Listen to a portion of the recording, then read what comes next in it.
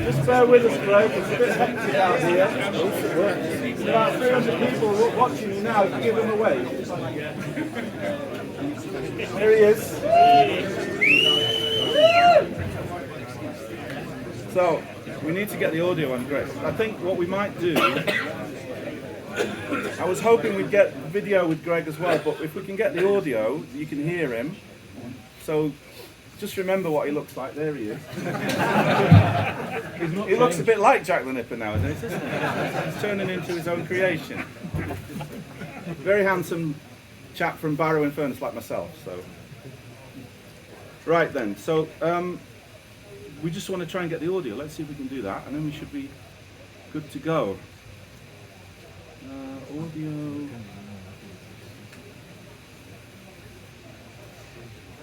Would it be Samsung and Nvidia? Who's the technical chap?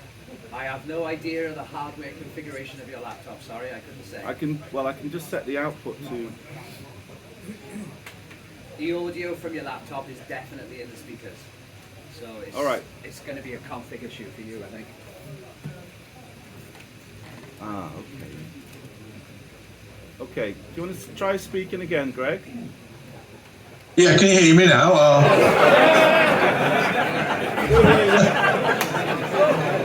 So it works then. I think that were a yes, lad. I think that were a yes. How are you? Fine. Good, good. So everybody's remembered what you look like, so you're not going to be on the screen. I'm sure you don't mind. Nor do I, Al. So, right, all I need to do is just get me notes then, otherwise I'll be lost. We're nearly there, aren't we?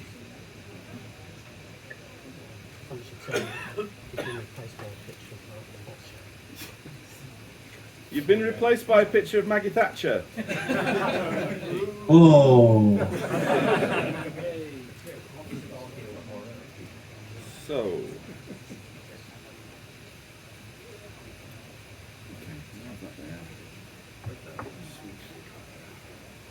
Okay, so you guys have got a mic you can share, have you?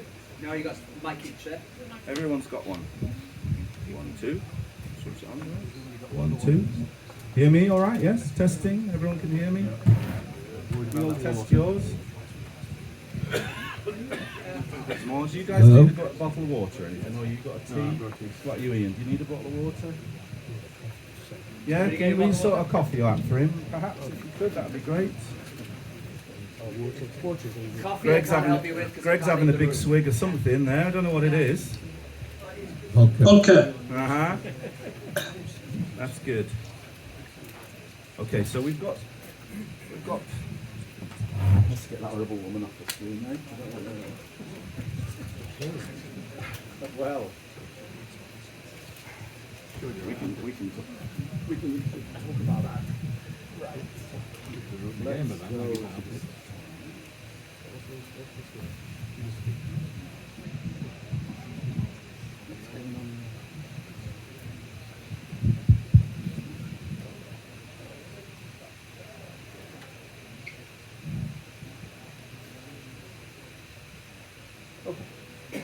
There we go. All right. How about you lot? Are you ready? Yeah. You look ready. Okay, so just quickly before I start, I just want to just do a quick couple of thank yous. There's a guy called Mark Hardesty who couldn't be here today. I think he'd have loved to have come, but he did a book called Gremlin in the Works. Many of you might have seen it, and I just wanted to give him a thank you because a lot of the research and some of the pictures was really helpful. So just wanted to give him a thanks. And obviously, Gremlin Graphics and the story of Peter and Ian's careers is a very long and historied one, and we're not really going to be able to cover everything today, but we're going to mostly look at the early days and hopefully get some insights on that. But if you do want to know more about Gremlin, that's the book that Mark did would be the place to go for that. So, great. So now, without further ado, of course, this is who you've come to see. So I'd like to give a very warm welcome to Peter Harrap and Ian Stewart.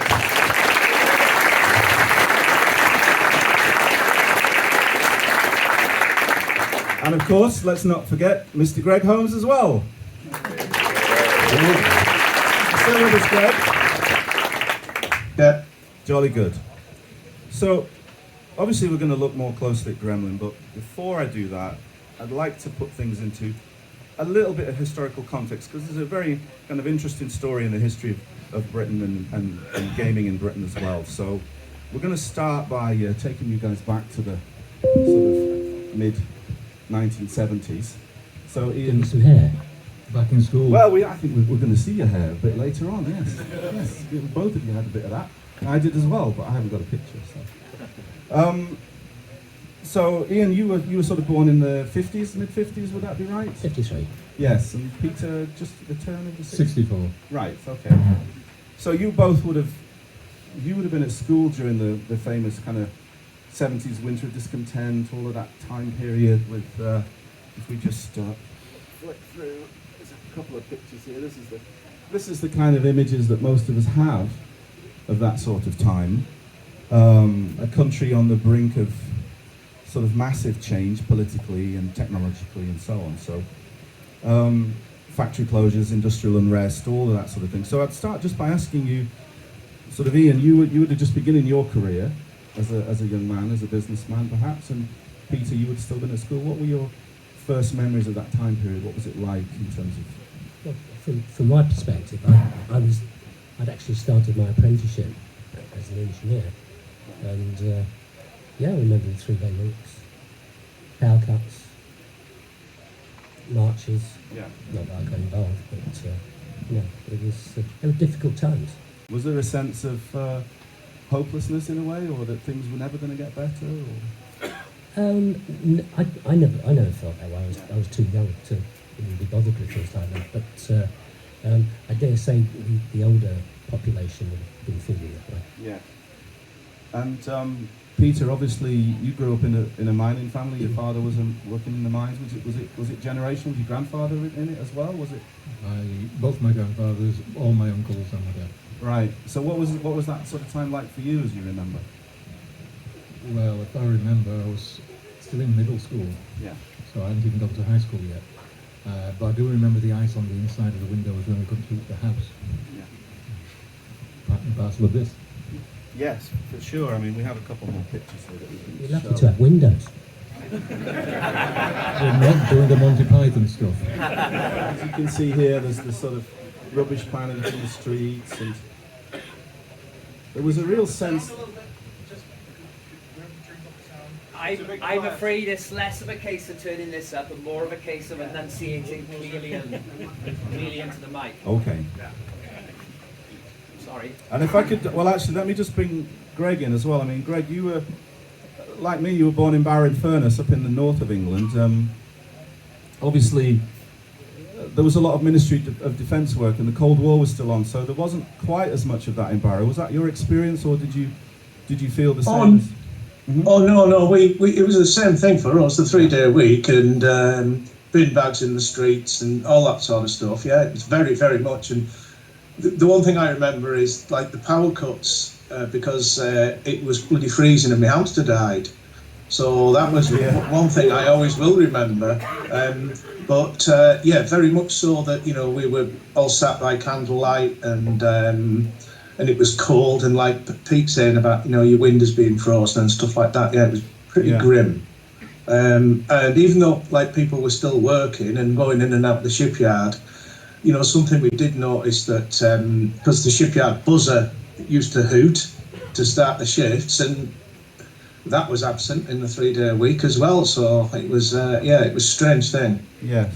So I just want to try and get a sense really of, as you said, your grandfather and your father and generations of families had worked in those industries. And there was a real sense, I think, at that time that this wasn't what you were going to be doing, perhaps. Would that be the case, Peter, do you think? For me it was, but for my dad it was a case of, well, if what you want to do doesn't work out, there's always the pit. Right. Which 1984 said it wasn't. Yes. Well, you're here today without, I don't see any coal on your face, so I think you seem to have found a way through.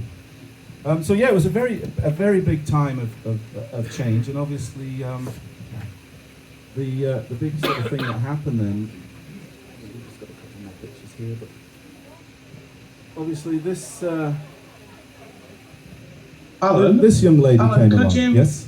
Could you not mute your background? I can't see the slides.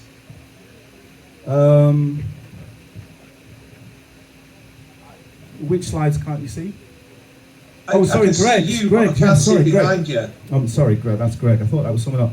Give me 1 second, Greg. I'll sort this out. Okay. I'll tell you what I'm going to do. If I do a share, I should be able to share this with you, and you should be able to see it. Right, yeah, come on. Yeah, sorry about that. Thanks for reminding me. I appreciate it. So I should be able to share that window with you. Right, that's it. Right, Great, thank you. You got Maggie there now. Yeah, Your that big favourite. snatcher.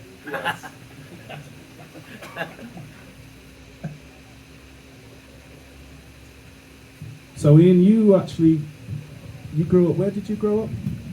I grew up in Sussex. Right, so, and she was a bit more popular in Sussex than she was up north, I think.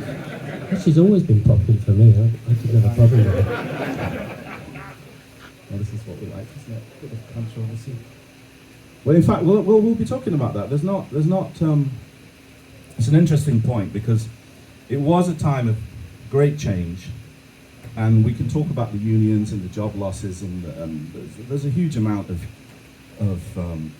damage that was done there with the work and the people that were involved there. But at the same time, there was a big change in terms of trade policy, and it was much less protectionist, right? So there were tariffs that were in place.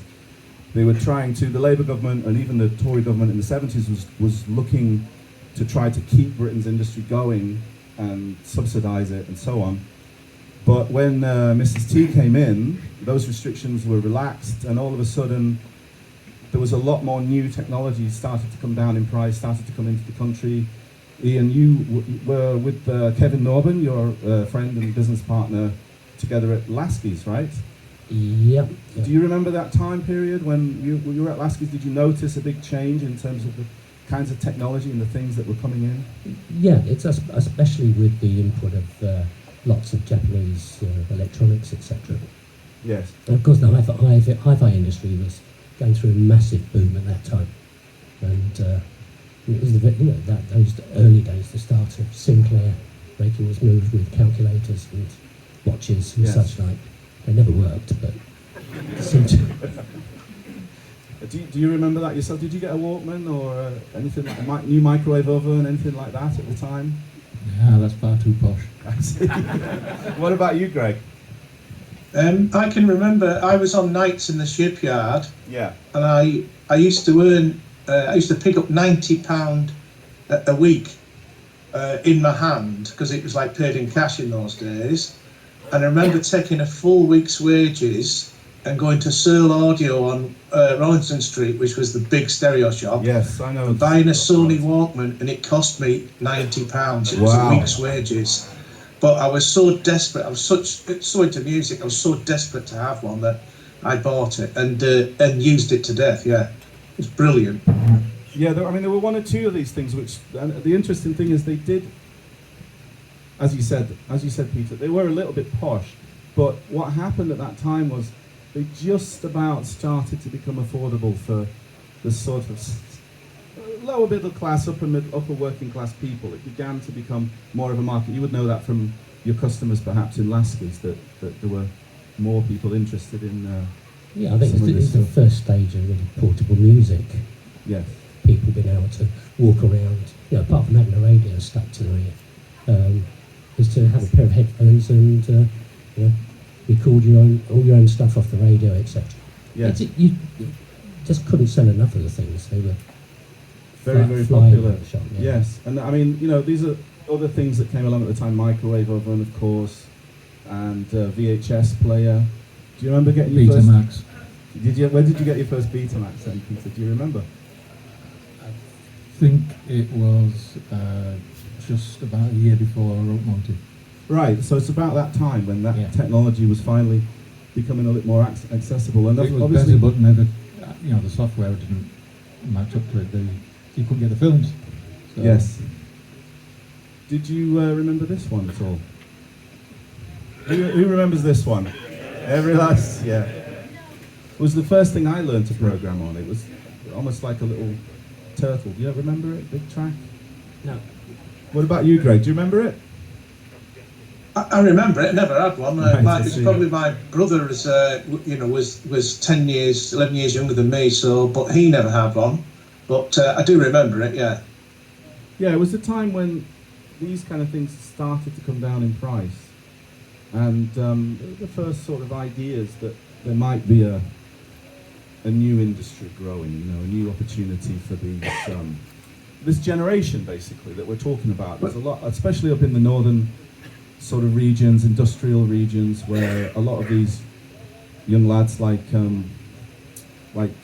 and Peter, they kind of knew that they weren't going to be staying in that same industry, and all of a sudden there were these newfangled computers that came along. Do you remember, Peter, the first time that you were aware of a computer? Like, was it ZX80, ZX81? Or? it was probably that advert, but I couldn't build them. I was I was at high school now. Right, so how old would you have been then? About 16, 17 at the time? Or? Yeah, they're about 16. Yeah. Maybe 15. And what about you, Greg? What was your first... Well, I can remember there was a pub on Walney Island, the George, that got the first Space Invaders machine in 1978 or 79, and we all, me and all my pals went over there, and that's what we did. And then from then, the pub started getting all the different, you know, Pac-Man, Scramble, Crush Roller, all of arcade, like sit-down tabletop, you know, video games. And then people started buying, like in television, ColecoVision and things like that. So I used to go around somebody's house and play games on that. And then I guess it was, I was used to go to college 1 week in every 3. And in our library they had a Commodore PET, and that was the first thing that first one I'd seen in real life. And it was like on this special desk and vaulted, and everybody was scared to touch it, you know. Then we were learning calculus at that time, and our college lecturer, Jack, he was, you know, we were doing calculus with him, and he was raving over the ZX80. He just bought his first computer, and he wandered off one day for about 20 minutes, no maths, it was just all about this computer and what it could do and what the possibilities were. So that's what really sort of struck me. Yes. And that's when I, you know, got the bug, and I went around to somebody's house and you could see, they had a ZX80 and you could see these blocks moving around, but it was still a computer game. So that's when it started for me, really. Yes. And Ian, was this the time that you started to think, when you saw this technology coming out? I mean, there's this contrast between the winter of discontent and then the change, and then so many different new technologies that, you know, the Walkman, the new computer, there's all these different things. You were working at Lasky's. Was that the time when you started thinking you'd like to set up on your own? Was that your... Yeah, the Lasky's were one of the first high street retailers to start selling computers. Yeah. so we had the Sinclair range kits, the 80, 81. Yeah. Was that in Sheffield you were That's in working Sheffield, there? yeah. Yes. Yeah. And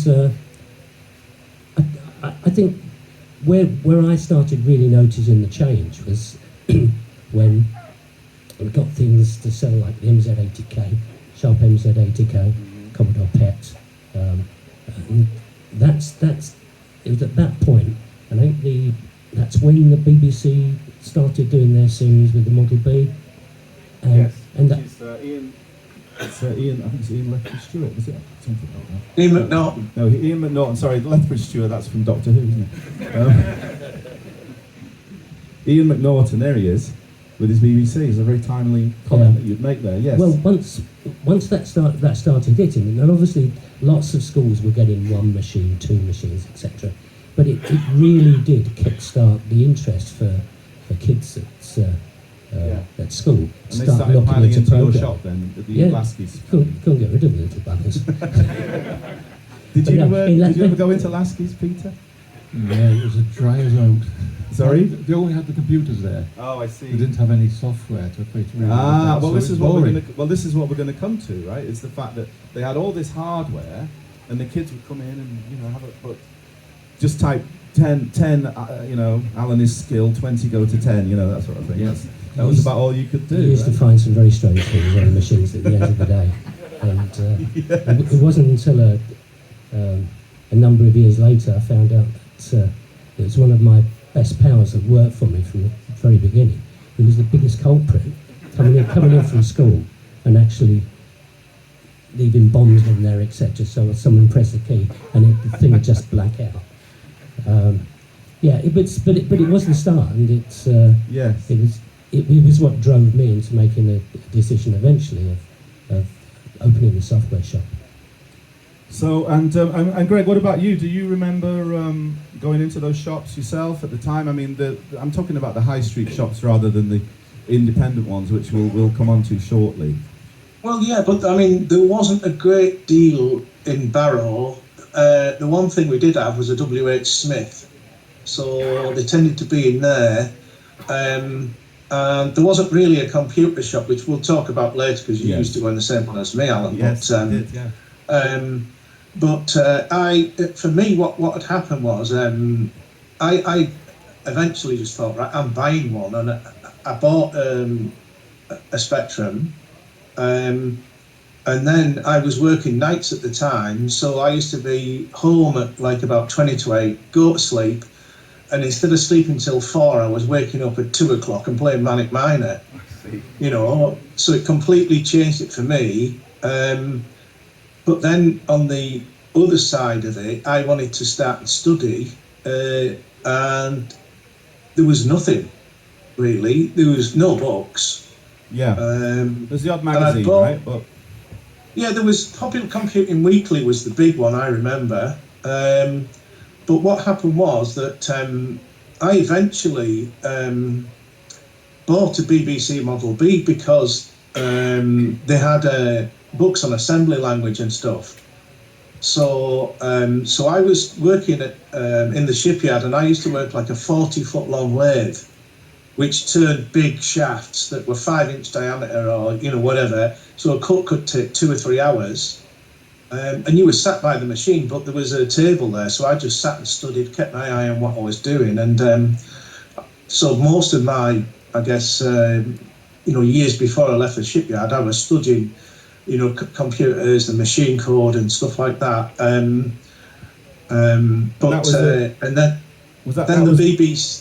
BBC had everything you needed, but it was so expensive. Yes, yeah. Well, that's an important point, isn't it? But you had a sense, Peter, perhaps you as well. Did you encounter computers at school at this point? The science department got the first one, and they were stupid enough to let me play with it and change the basic tape. I see. I've changed new to old, boring stuff like that. Right. And then they got the Dragon 64, and we never got the BBCs. I see, but that was like your very early first experiences of realizing that you had some degree of control over that machine, right? Exactly, yeah. There was, I've changed my, from my A levels, I've changed the chemistry one to computer science at that point, or computer studies as they called it. And I didn't do very well, I did rubbish. Well, things turned out all right in the end, didn't they? So, but yeah, I mean, I just wanted to just, kind of get a sense of this because, as I said, I mean, I come from that background as well. My dad also worked at Vickers for a while, Greg. I hadn't mentioned that before, but he was in the Merchant Navy as well. And there was a real sense of you were going to follow in your dad's footsteps, and but there was this feeling that the footsteps weren't really there anymore. They were kind of fading away, and we were all really kind of hungry to find something that we could make our own. And I think for me, would you say that's true for you as well? I'll ask both of you, Greg and Peter. That was that the sense you had that this was something that you could sort of take ownership of, perhaps?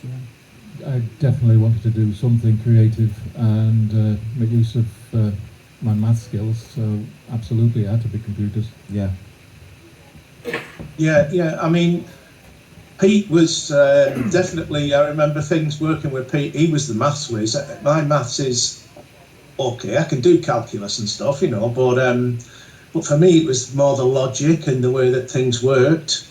And I guess it was more than anything, like I went to a technical school, so it was a boys' school, and there was 60 boys in every year. And when I left in '76, 6 boys went into the sixth form. Yeah. The rest of them, apart from 2, went in the shipyard. So that's a big number. Yeah. Now we didn't do physics, we did engineering science. We didn't do woodwork, we did metalwork. We didn't do French, we did tech drawing, because what use is all those things when you're going in the shipyard? And I suppose that was, being more technically minded like that. Then when we got in and the lathe started getting digital readouts and all sorts of automated stuff, and then we got CNC machines in, which you programmed. So my friend was a programmer, Pete Dixon, and so I learnt some of that from him. Moving, cutting, doing all of this at the same time as I was studying machine code. So you knew there was a change on the way, definitely. Yes, and I mean, Peter, would you have been the first in your family to go to university? Yeah, absolutely. Yeah, same here. Yeah, nobody else went. Yes. Is it, again, this is that sort of northern industrial towns, the sort of change and just say the only reason why I managed to get to university, or one of the things that helped, was the miners gave me a grant to go. Right. Oh, that's a really interesting. Oh, right. Bloody hell. Yeah. If you look now, Alan. I mean, yes. We have a sixth form college in Barrow now, and there's over 50% of kids finish at school at 16 and then go on to sixth form college. Right. So, in those times it was 10%, now it's 50 or 60%. Yeah. I'm not sure it's such a great thing because, working in a shipyard a lot of my life, I've seen, university graduates come in and they've got the smarts, but they've not got like any real life experience. Yeah, and sometimes they can't speak to people because they're too clever. It just depends, really. Yes. Well, I'd like to kind of carry on with that topic a little bit and just move over to obviously the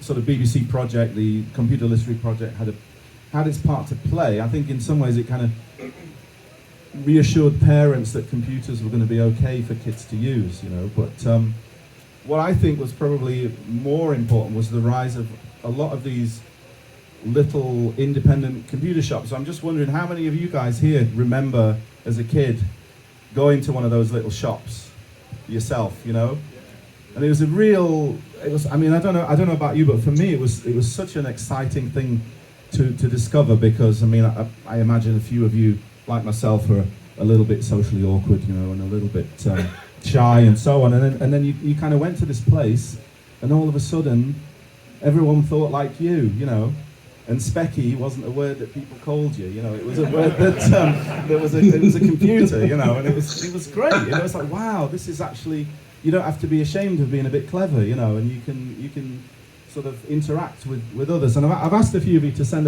some of the pictures of these little shops. I kind of think of them as, if you think of sort of like the independent record shops that were in the sort of 60s and 70s, you know, where a lot of independent music started, you know, punk and other things. And these were, I think, in some ways the sort of computer equivalent of those. And here's a couple of pictures. This one is Software City. I think that's in Rotherham. And then I think is it David? Did you send me this one, Dave? Was it? Yeah. This is your Uncle Kenny in Northern Ireland at FC Computers, which is a great name for a shop. There he is. And this is the kind of memories you would have had, right? Just the old tellies, all kind of lined up, lots of games, and tons and tons of little rascals coming in playing the latest games. There's a couple more pictures. This one's in, I think, I'm not sure where that one is. I think it's also in Yorkshire somewhere. Do you recognise it at all? Anyway, it's. But of course, this one. There's Kevin Paul. Bloody hell. Well, I was about to say, Greg, just before we move on to Just Micro, what I didn't know until very recently was the shop that I went into was the same shop that Greg also went into. Now, Greg's a little bit older, and I can remember a few older lads being there. I imagine you were probably one of them, Greg. I used to work nights, so at 1 o'clock on a Friday I was up, because I had to revert to living in the daytime.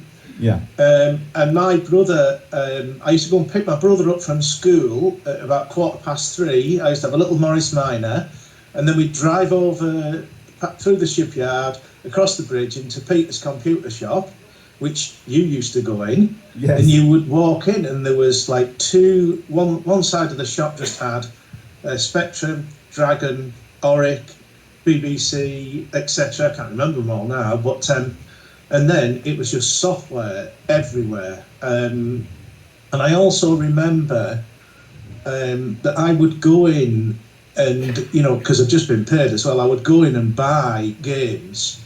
And I remember buying 3D tanks, right? Thinking that it was Battlezone. And it was by DK Tronics, and it was this crap tank game that was partially written in BASIC, and thinking, I've just spent £8 on that and it's crap. So a lot of the stuff you were chancing your arm, you know. Peter was just saying he remembered it too, and he said it was crap. Yeah.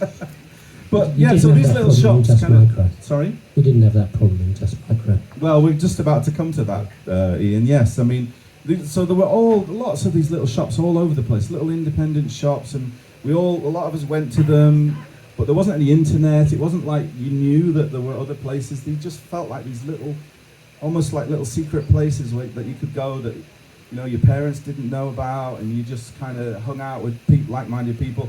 And obviously, if there is a sort of, to use another music reference, I mean, if there is a Cavern Club equivalent of this, then it would, I would think, suggest it would be Just Micro. So, Ian, how about you give us a little background about how you set it up and what it was like in those early days? The reason, well, to go back to the reason why I did that, I left a really good job with Lasky's. I was a regional manager, I was in charge of three stores. The brand new one that was on Leopold Street in Sheffield, and I just saw the computer market was starting to go crazy, especially when you started getting people buying the Spectrums, etc. Yeah. And Lasky's weren't interested in supporting these machines with software, and it didn't matter how hard I tried, they just did not want to take on a range of software. W.A. Smith were doing a better job of that at that time. So I gave up my job, a company car,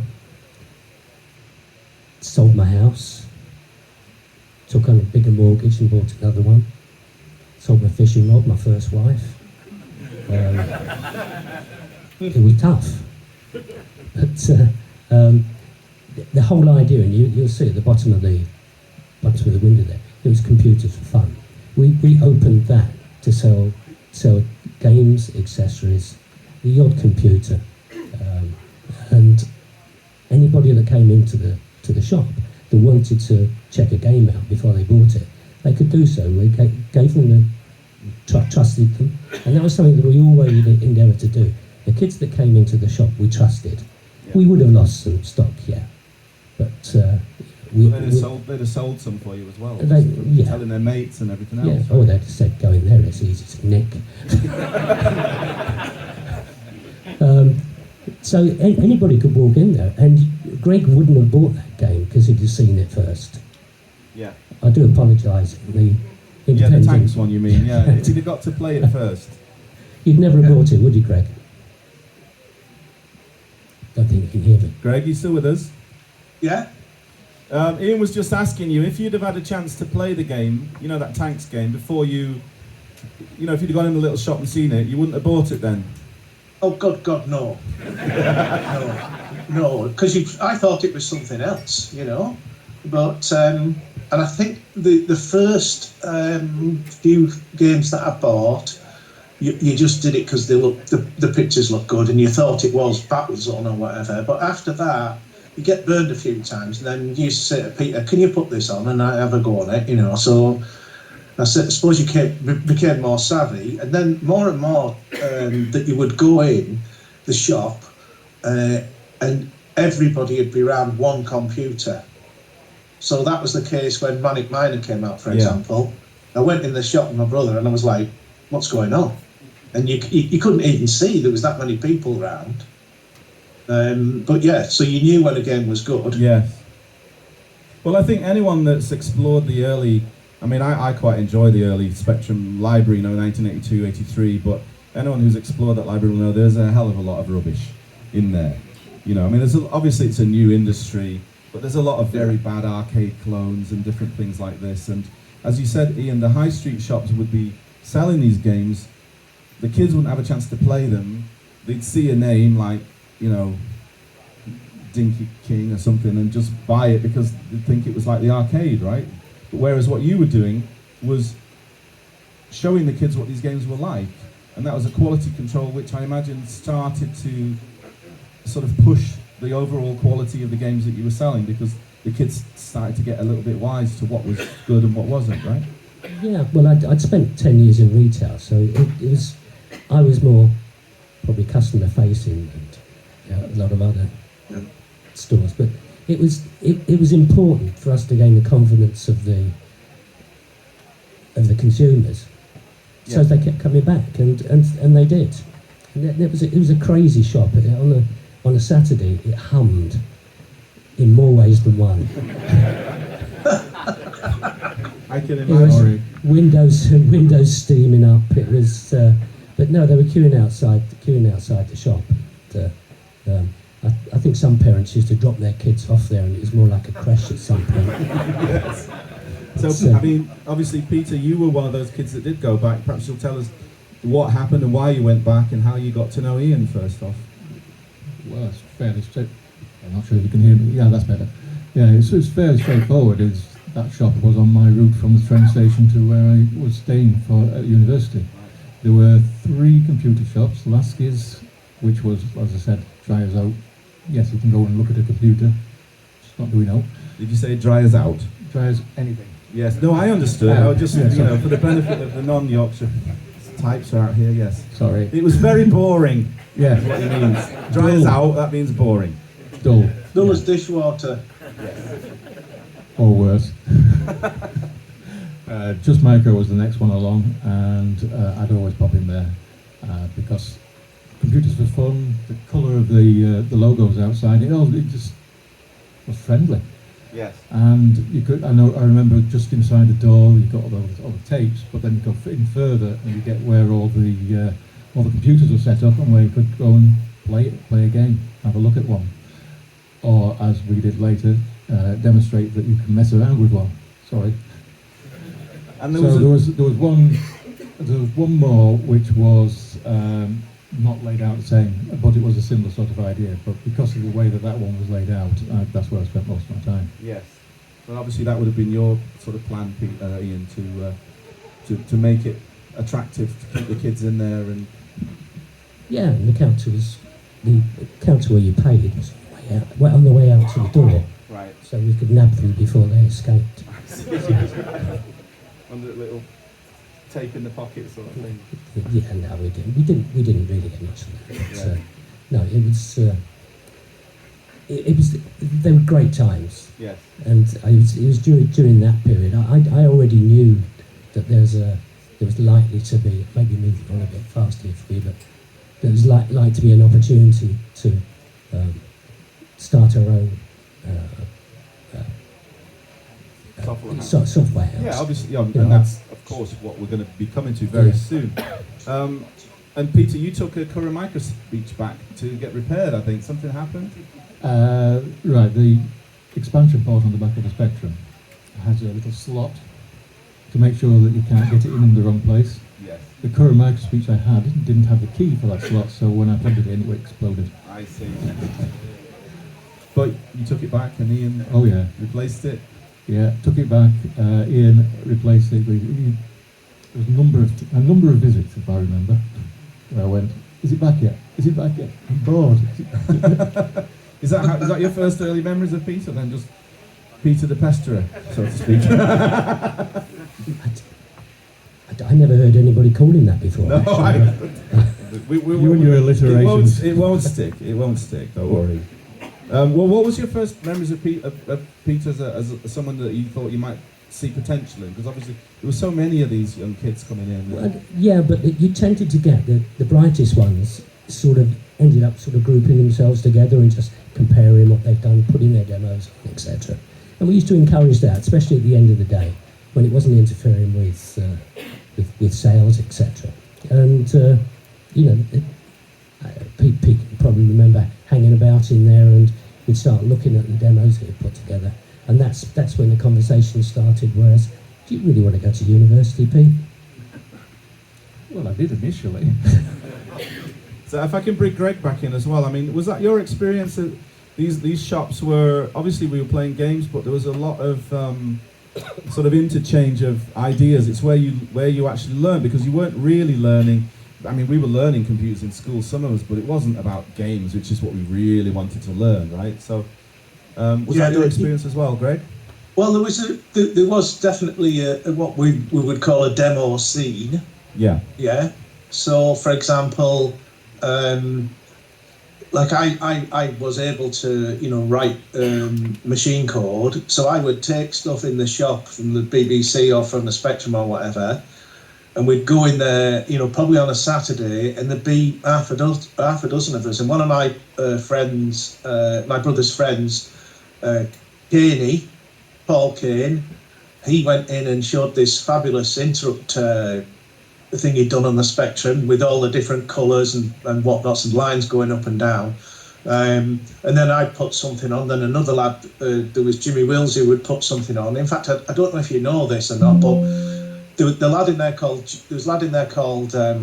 you need to plug your PC in, Alan. It was what? You need to plug your PC in, the power's going off.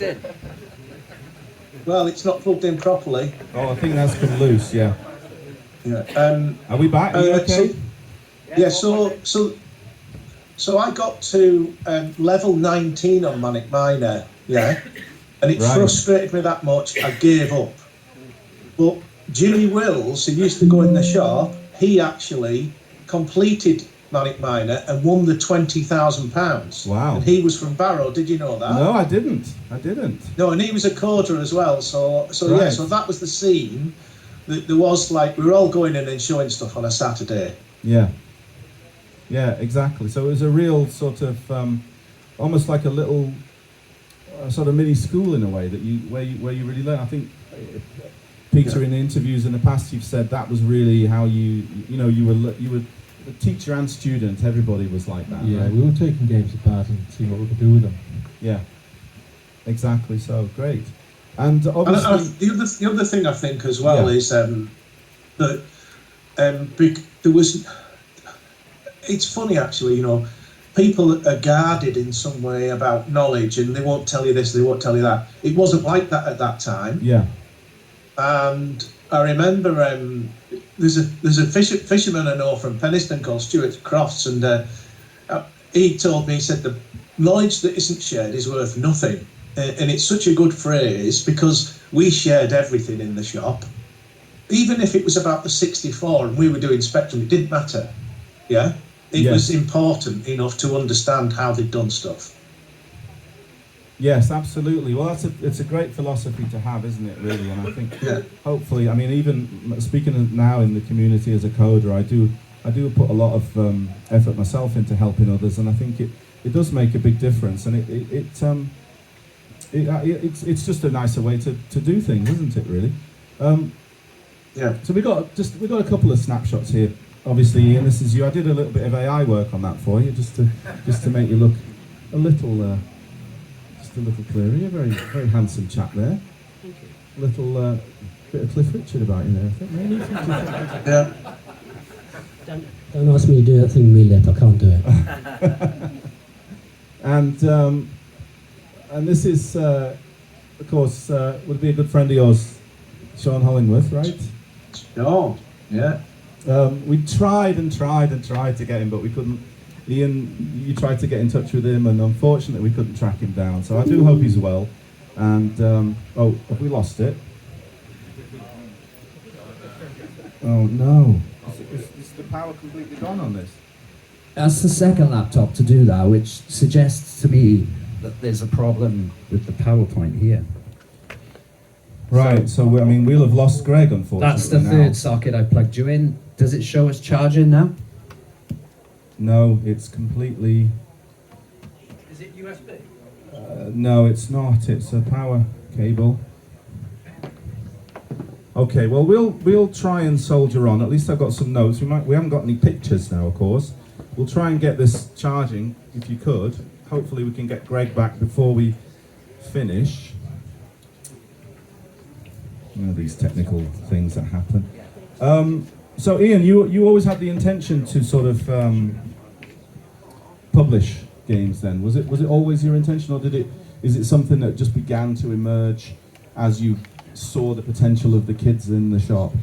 Well, I was lucky enough, whilst working with Laskis, some guys I used to work with in Liverpool, in Dale Street, in the Laskis store there, started Imagine Software.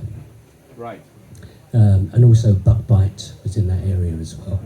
And I knew these guys, and I just kept an eye on what was happening with what they were doing, and it wasn't beyond the bounds of possibility that we could just replicate what they were doing, but do it in a slightly different way.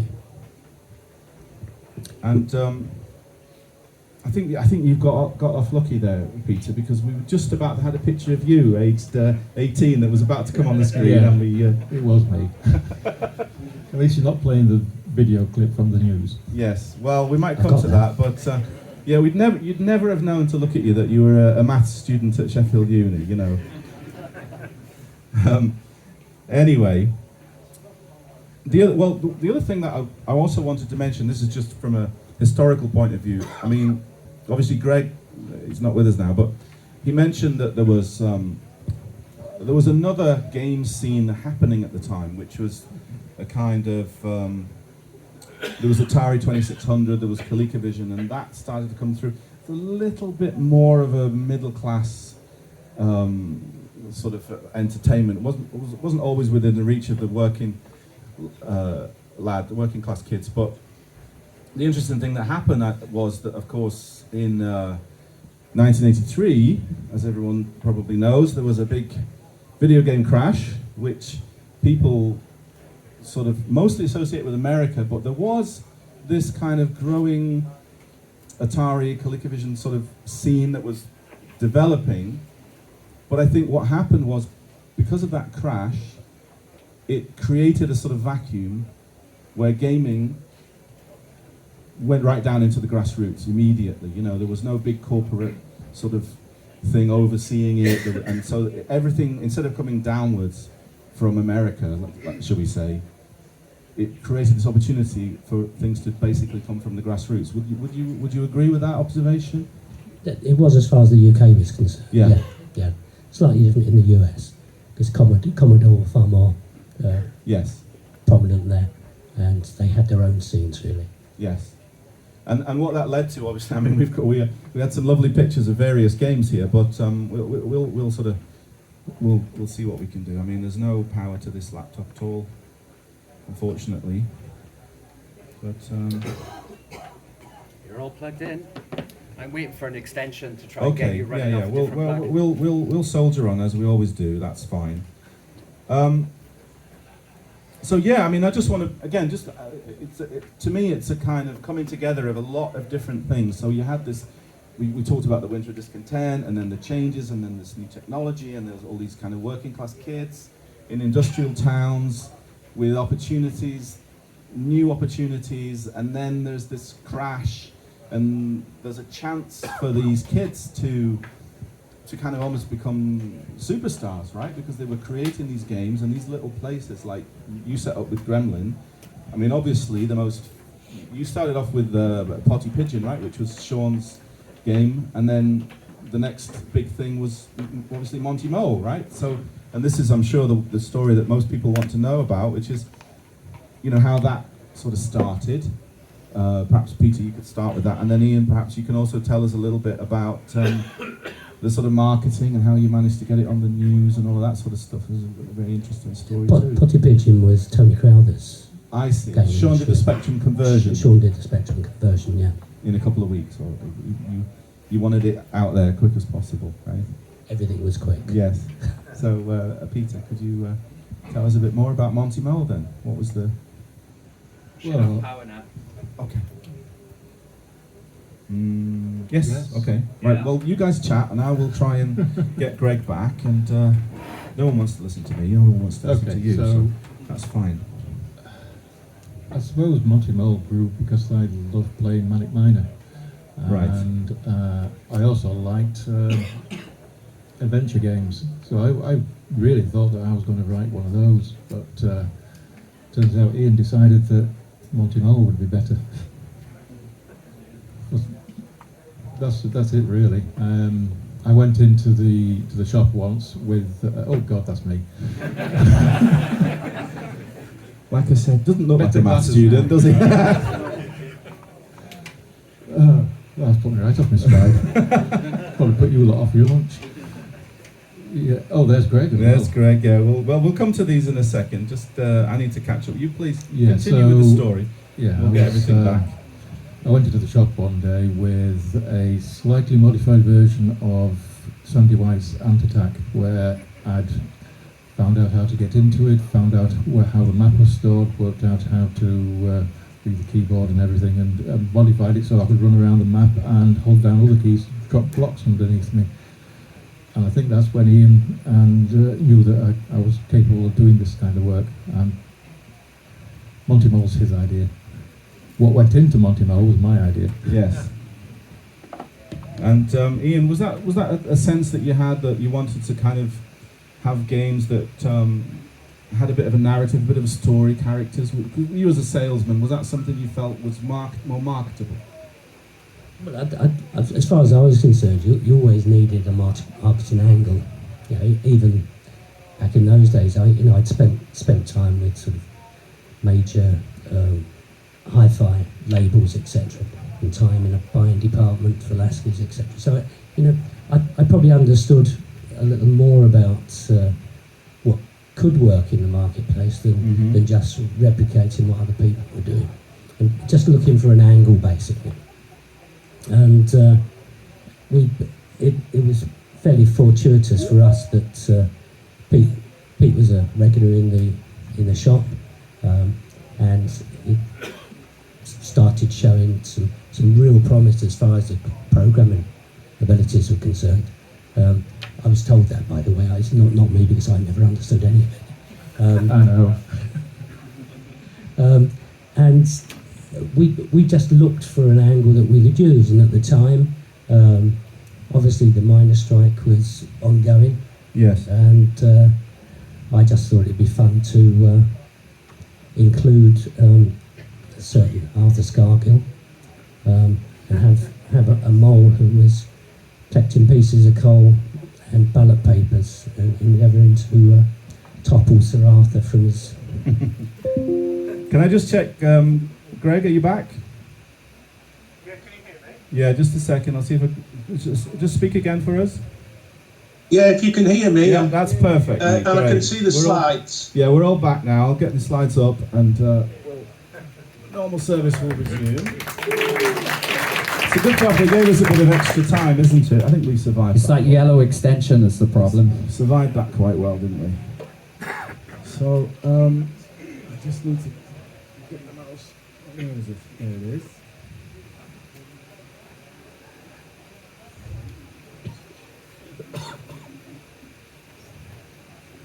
So that was, there's the a bit about the Vision, and then we were just talking.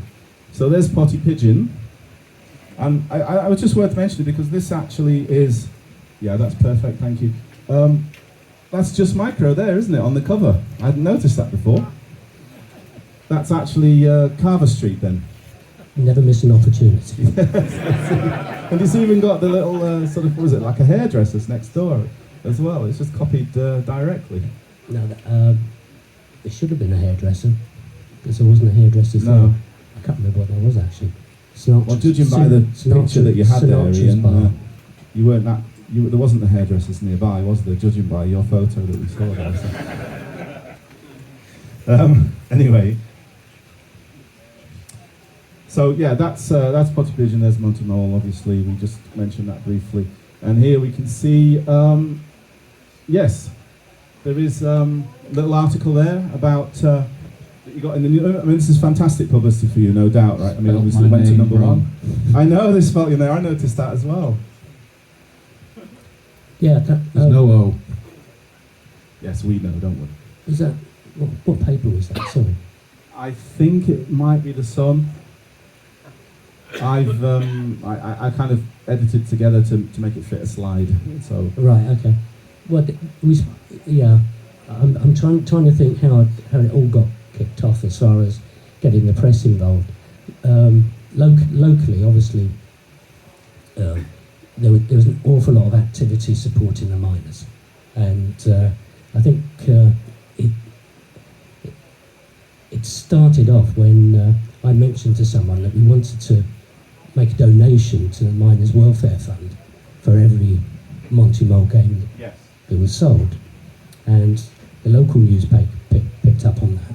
And then from then it sort of snowballed into calendar. right, so it kind of went viral, 80s style in a way.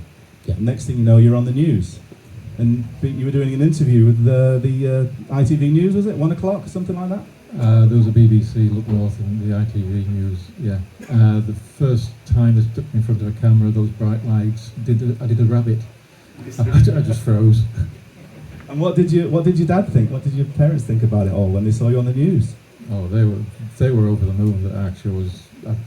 I'd left university by that time to actually complete the game, so they were really, really happy that it looked like I'd done the right thing. Made it, yeah. You were a star all of a sudden. Yeah, fantastic. I was very scared going into catching the bus the following day that someone would recognise me though. And here you've got an advert, little advert. Come along and meet the creators of this game. Do you remember this one, Ian? No. Well, it says here, the first 10 people appear in full fancy dress, and the first 10 people to do so will receive a free autographed copy. So, I don't know if you guys all got the email, but Peter has actually told me that he's not going to sign anything unless you are in full fancy dress. So, I hope you've brought your costumes with you. They all are. They're all dressed as just Micro attendees. So Sinclair. Yes. Attica will get one for certain. Yes, so that's that. And obviously a very big hit, went on to win this prestigious award. I meant to bring that today actually. Oh, now that would have been something, you know. We would have loved to have seen that. It is a cassette tape in a block of wood.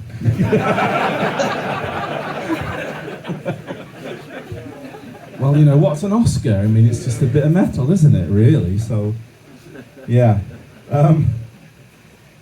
Anyway, let's... It is nice wood, though. Yes. So now time is kind of ticking on a little bit, so we're going to have to try and wrap things up. We'll move on a little bit. But let's talk very briefly, Peter, about... we'll be getting back to you, Greg. We'll be getting to your popular little game very soon. So... Would you call this Sam Stoat? Is this your sort of difficult second album, Peter? Would you say? Very much so. I see. I'm just really pleased I didn't get the sack for it. And what I mean, could we argue that it was you were trying to be creative, you were trying to do something different? I was trying to show that I could do very large sprites, really, and that make it form that way and have a different type of 3D effect, but it didn't work out very well. And what was your opinion, Ian, when you saw the game? Were you happy? Were you looking for another hit? I forecast the sales would be poor. I see. I must confess, Pete, I have watched a few people playing it on YouTube this week, and the language is very blue. Was that why they were jumping over those water and those plungers? Yeah. I see. Well, to be fair, there was a lot of. Everything was new, wasn't there? I mean, you were kind of learning as you were going along, so it's inevitable. Take a few risks and make a few mistakes, I think. It was only my second go. Yes, exactly. I think, it was, we were making it up as we were going along. Yes, exactly. Yes. What was going to appeal to the general public. Monty Mole did, Sam Stoat didn't, Super Sleuths didn't. Yes. So there was a couple of. Yes. I've forgotten how many failures we've had. Yes.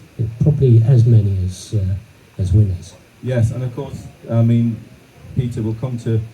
Obviously, you made up. I think most people agree. You managed to make up for your mistakes. You realised where you'd gone wrong, and you now consider this to be your sort of magnum opus, the favourite game you've ever written. Absolutely, I managed to fix most of the things that I knew were wrong.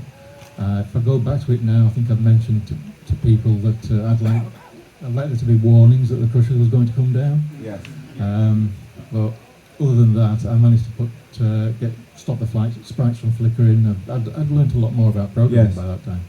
Well, Peter and I have been talking about doing some remakes. You might have heard of. We're going to do some remakes of the original Spectrum games, and there's a fair bit to do with the original game. But honestly, I look at Monty on the Run, and there isn't. I don't know if there's that much that we could really add that would make it any better than it is. We could add the Commodore music to the Spectrum. That would be awesome. That's certainly something we could look at. Yes, for sure. So yeah, even the box art's better, isn't it? Indeed, yes. And that must have been fantastic for you to get another hit. At that point, things. If you had a couple of ones that hadn't done so well. It's always good to have a hit. Yeah, of course, yes. But at that time when the company was still a young company, yes, taking a few failures. Yes, indeed. And if we could just go to you, Greg. Obviously time's running short. We'll keep it brief. But if you could give us an idea, you came along a little bit later. You brought a couple of games. Yeah, I did. So I left the shipyard June the 20th, 1984. Sat in my bedroom for 18 months, wrote a couple of games, they were a bit crap, more like budget stuff, and then like Ian, I'd sold everything. I sold my car, I sold my camera, I sold everything I had, and then just sat in my bedroom and worked, 10, 12-hour days. And then I borrowed my dad's car and I went across to Manchester and I stayed with a friend of mine in Didsbury. Me and my friend went round a few software houses in Manchester. Then we drove over the Snake Pass the next day and went to Sheffield and went in a couple of places and then ended up going into Gremlin and walking in the doors in Carver Street, going upstairs and walking in this little office. And there was Pete, Sean, Chris Kerry and Ian and Kevin, Sue the secretary and that in the back, and they came out and they looked at my games and give us a cup of tea, and it was rather welcoming considering all the cold shoulders we'd had before. And then I put up some things that I was planning for Jack the Nipper, and they were like, well, go on, crack on. And so I did, and then I came through, I don't know, a few months later, and Pete and Sean took me aside and they told me a few things, but they didn't really tell me the detail, but they alluded to it, which I then worked out about how to turn sprites from left to right without storing them both ways and things like this, all techie stuff. And then eventually I went through and I took what had a Jack the Nipper, and they liked it. So then, because I was working with 2 spectrums, basically, because as Pete, you know this, you can only compile about 4K of code, and you have to program it in bits and stitch them together. And then Kev Norburn said he gave me an Opus disk drive, which was like 3 times the size of the Specky, but geez, did it speed up development. So then I went in with a finished item, and they said, right, well, there you are. We'll publish it, and do you want a job? And I was like, ding dong, you know, what's not to like? Yes, exactly. And then, of course, obviously... But remember, I was older than these guys, because Pete, I think Pete was about 20, I was about 26. How old was Sean, Pete? Because he was a bit older. He was about 10 years older than me, I think, so probably 30, 31. Yeah, so, yeah, it was funny because me and Sean were like the dads, anyway. I see. Well, Didn't they used to call you Dad? We did. Yeah. I seem to remember that. Yeah. Yeah. I'm not sure if we told him, though, so... No, you're right, Ian. We did see. call him Dad, yeah. Well, listen, I mean, we'd love to hear more, but obviously we're running a little bit short of time. We just want to just finish up with one more thing. Obviously, I mean, you know, Ian, if you were the sort of Brian Epstein of the period, then this chap might be the Alan Klein, perhaps. So Yeah. this is a friend of yours, Jeff Brown, Yeah. and this is the story of how he kind of took over. Well, Obviously, it was a shortened version. but- kind of took over. Yeah, Gremlin was growing. We didn't actually have the finances to take it to where we needed to, and I was using Jeff's company Centresoft for our distribution, and I got to know him. They were distributing everyone, right? They were very well connected. And they imported a lot of American Yeah. Commodore stuff as well. And Jeff's a really bright guy. And we got chatting one day, and he asked if he could put some investment in and take a share of the company. And that's what we initially did. However, it sort of we got sort of railroaded to a certain degree a bit further down the line when he introduced more capital into the country, and he diluted everybody else apart from himself. Yes. Now at that point, I was ready to throw the towel in, and I did come to an agreement with him. But as it turned out, you know, Jeff still worked hard for the company. Yeah. US Gold Centresoft was growing, but there then came a time when I felt the need to get out of there, and Yes. it enabled me to buy the company back, and we did it in a very nice way. Yes. So you things know, worked out in the end. Things worked out, and you know these things that as you go through life, if you don't learn some things from mistakes that you make, then you probably are not learning much at all. And it did put me in a good position as far as being careful as to who you deal with, how you deal with them. Yes, and obviously, guys, I mean, we were going to talk a little bit more about this, but if you have the book, you can read a little bit more about exactly what happened and how he kind of took over to some extent, and you lost a bit of creative control, and Yeah. sort of that whole indie spirit perhaps began to fade. I mean, Peter, perhaps you said yourself when you started you were doing everything, then you sort of moved into doing certain parts of games, and then you became a little bit more of a leader, and that kind of led to the point where you decided to move on. Yeah. Yeah, pretty much.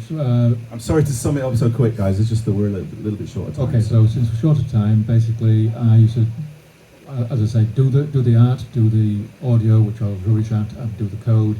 I would put it all together. I would do some of the art for other people's games. I think On the Spring came about that way. But eventually, I couldn't do it all, and there were far better artists out there than me, so I could focus on the code. Yeah, but I would say with what Pete's there as well, it's what drove me out of the industry, because I wasn't just going to be a coder, I wanted to be creative. Yeah. Yeah. And I mean, I still code now in Unity, and I'm knocking a little game together just as a project because I'm retired. So, you know, it's still there. Yes. Well, that's the sort of thing I think we can kind of conclude with this. There's this wonderful little period where there were these opportunities that were created. You could be creative. You could make your own stories.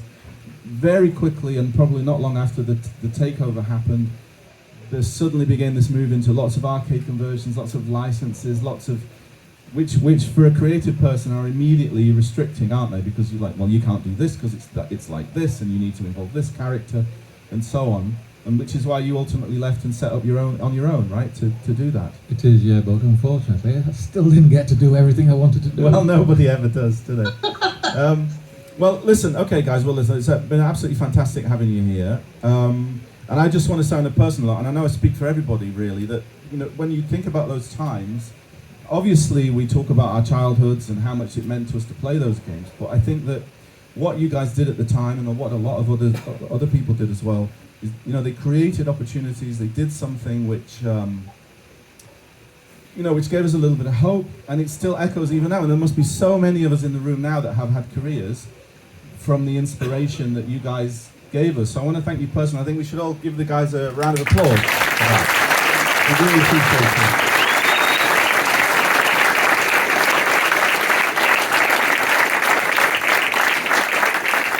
And you find so much love here as you spent some time here today. I hope you do feel that from all of us. We really do appreciate it. And thank you very much, Greg, as well. That was for you too. I hope you heard that. Yeah, no problem. Great. I'm happy to call in from Nova Scotia. Yes, we're very happy to have you. You still sound like Greg, Dad. So are we taking questions or are we going straight over? Time for a couple, yeah. Yeah, okay, we'll take questions. I'll hand over. You want to take my mic or? Any questions?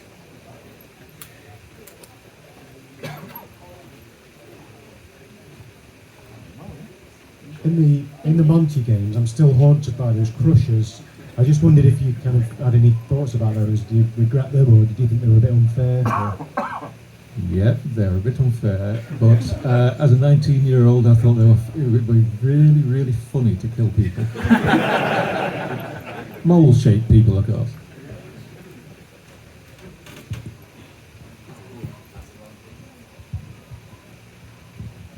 Well, it's slightly surreal to talk to you, Pete, having seen you in Crash magazine 30 years ago. But thank you very much for the talk.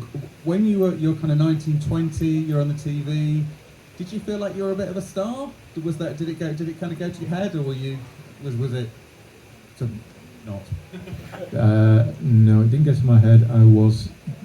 I think I said in this talk, I was bricking it when they were bricking it. By the way, is Yorkshire for.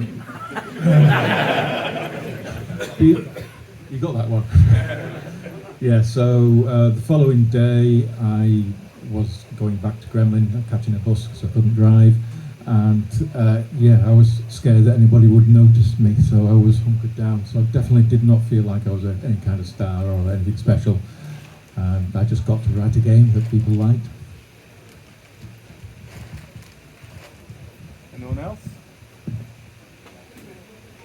Okay, so you guys are going to be available for doing a few signings now. That's good. Yep. Okay, great. Thanks a lot, guys. I hope I'll be back next year. Last question. Yes, sorry, go on. There's a couple of strange ports. There's a Monty on the Run for the Famicom disc, and then there's Zool was everywhere, like in the Master System. And I just wondered how they sort of transpired to be exceptional titles on those formats, and not many other similar ones that carried across, like Premiership Manager or racing games could have maybe have become console games as well in that period. Ian might know more about that than me, but the only thing I'm annoyed about is that we never got any royalties for the Nintendo Monty Mole. I don't think it sold any. Okay, great. Well, I'm going to hand over those guys. Just want to also just make a personal thank you to Chris for organising this. It's always a real pleasure for me to. He's given me a chance to do something that I'm really passionate about, and hopefully you've enjoyed me bringing this to you, and obviously the guys have done a wonderful thing this afternoon, and we'll hopefully see you around the event, and And great, thank you very much. Allan.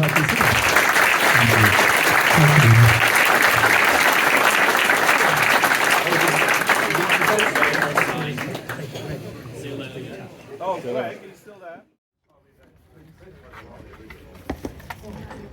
No. You sound like it's your idea, as we've just heard.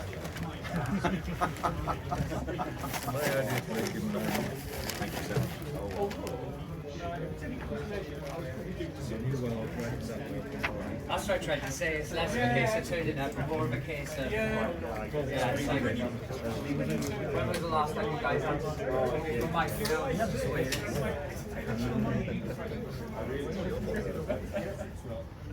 I didn't work it out until now.